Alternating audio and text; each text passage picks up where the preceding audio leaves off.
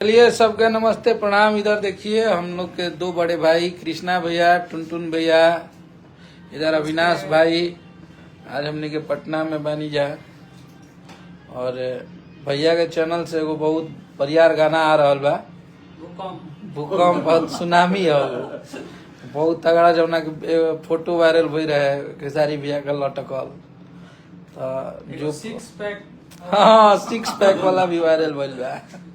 तो उ गाना आ रहा बा छठ के दूसरका रख के 3 दिन बाद रिलीज हुई, माने 9 तारीख के 9 के हाँ अगला एक दिन बाद, सॉरी एक दिन बाद 8 के वापसी लोग आई, हाँ 9 तारीख के 9 तारीख के 8 के टीजर मिली सुबह में, 8 के टीजर, छठ के दिन तो पोस्टर छोड़ी भैया, और 7 के रउआ सबके पोस्टर मिली, 8 के टीजर मिली और 9 के फुल टू फुल गाना मिली और उसके बाद इवेंट मिली बहुत तगड़ा।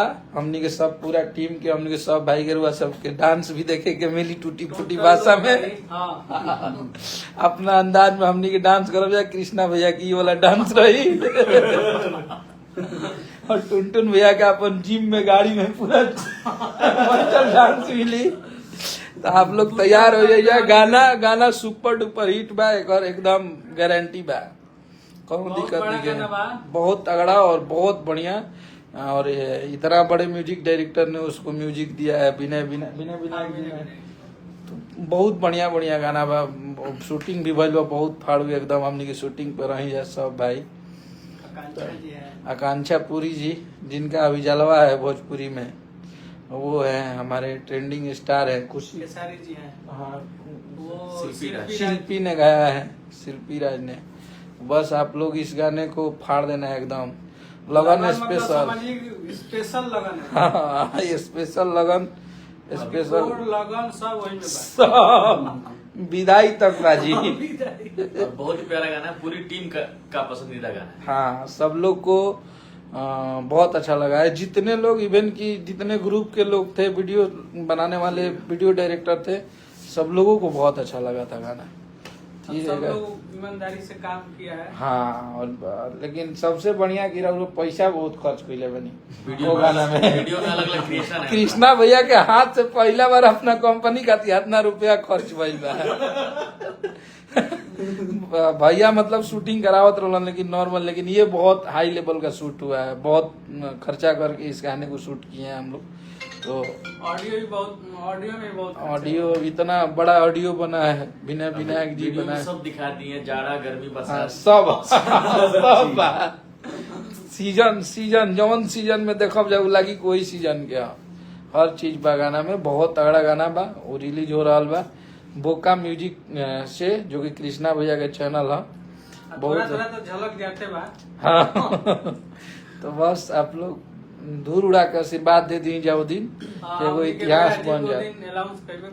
हाँ स्टेज पे भी 7 तारीख के पोस्टर आया था, 8 तारीख के टीजर और 9 तारीख के 9 तारीख के गाना, 10 तारीख के हिट, माने ओकरा के मार्केट में रुआ सब छीट दी जाए हो गई। ओकर बाद 2-4 दिन के बाद ओकर काम हमनी के खत्म हो जाए, बाजे लगी फिर दूसर गाना पे, तो ओकरा के अतने दिन में हिट कर देवे के बा। ऐसे कि बहुत तगड़ा गाना बा, एक बार में वो पसंद है आप लोग के, जे भी सुनी हाँ बिल्कुल। तो बहुत बढ़िया गाना बा, ये लाइव के आप लोग बहुत शेयर कर दीजिए, और तगड़ा तगड़ा गाना हमनी के लेके आ रहल बनी जा, बहुत बढ़िया बढ़िया। बुक्का म्यूजिक से ये गाना के इवेंट भी बा और ये गाना के लॉन्चिंग भी बा, तो आप लोग आशीर्वाद प्यार बनैले रही जा। भैया कुछ कृष्णा भैया बोला और ऊपर जगह ही बतावल जाई, हाँ वो दिन बतावल जाए, अभी ना अभी जगह सिलेक्शन होता है, कहाँ कल जा, जैसे कि ताजे में कह दियो का अरे हाई प्रोड्यूसर हो गए कृष्णा भैया। अब भाई लोग समझ गया है कि पैसा आ रहा है, अब बढ़िया बढ़िया शूटिंग होगा, ताजे में मार दे ना हल्का में। वो गाना के आप लोग आशीर्वाद देवे के बा, बस जितना भी जनता बा सबसे ये आग्रह बा कि आप सब बहुत सारा प्यार दी। लगन स्पेशल गाना बा और सब भाई हमनी के मिल के ओकरा बनैले बन सब, सारा लोग के में हाथ बा। हाँ थोड़ा सब लोग गाना के रौरा सब के सबसे बड़ हाथ चाहिए वो गाना के हिट करे में। हाँ, तब हाँ हमनी के अपन अब हमनी के अपन 100% दे देनी जा। अब जितना भी अब आप खेसारी सब- भैया के फैन बनी जा, सब लोग ये गाना पे लाख भीड़ के, और हमरा लागत है कि ये गाना के जल्दी से जल्दी रुआ सब 100 मिलियन करब जा। बहुत तगड़ा गाना बा, बहुत मजबूत गाना बा। और तो आप लोग टुनटुन जी असल के हमनी के कुर्ता पैजामा पहनाम सब वो दिन व्हाइट कलर के व्हाइट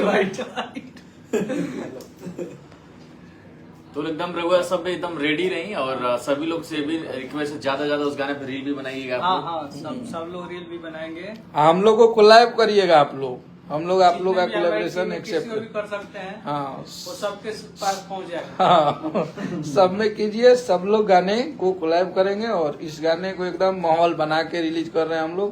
तो इस गाने को आप लोग रिस्पॉन्स भी उसी तरह को देना है, एकदम तगड़ा तरीका से।